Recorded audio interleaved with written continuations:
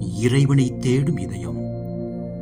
முழு இதயத்தோடு என்னை தேடுகிறவர்கள் என்னை கண்டடைவார்கள் என்ற எரேமியா இறைவாக்கினரின் வார்த்தைக்கு ஏற்ப மனித வாழ்க்கையின் ஆழத்தில் இருக்கும் மிகப்பெரிய தாகம் இறைவனை தேடும் தாகமாகும்.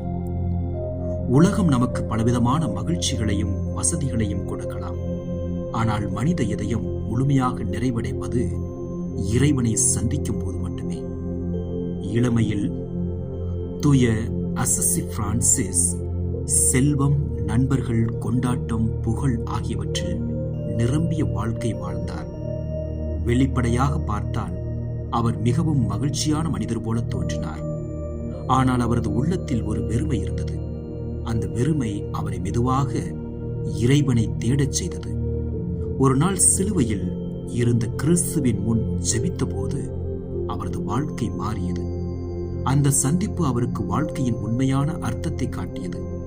செல்வம் அல்ல, புகழ் அல்ல, அதிகாரம் அல்ல, இறைவனின் அன்பே மனிதனின் உண்மையான செல்வம் என்பதை அவர் புரிந்தார். நம்முடைய வாழ்க்கையிலும் இதே உண்மை இருக்கிறது. பல நேரங்களில் நாம் பல விஷயங்களில் மகிழ்ச்சியை தேடுகிறோம். பணம், வெற்றி, புகழ், மனித பாராட்டு. ஆனால் இவை அனைத்தும் தற்காலிகமானவை. கடவுளை தேடும் இதயமே உண்மையான அமைதியையும் நிறைவையும் கண்டடையும். இன்று நாம் உண்மையாக இறைவனை தேடுகிறோமா? அல்லது உலக மகிழ்ச்சிகளை மட்டும் தேடுகிறோமா? இறைவனை தேடும் குடும்பம் ஆசீர்வதிக்கப்பட்ட குடும்பமாக மாறும். இணைந்து ஜெபிப்போம்.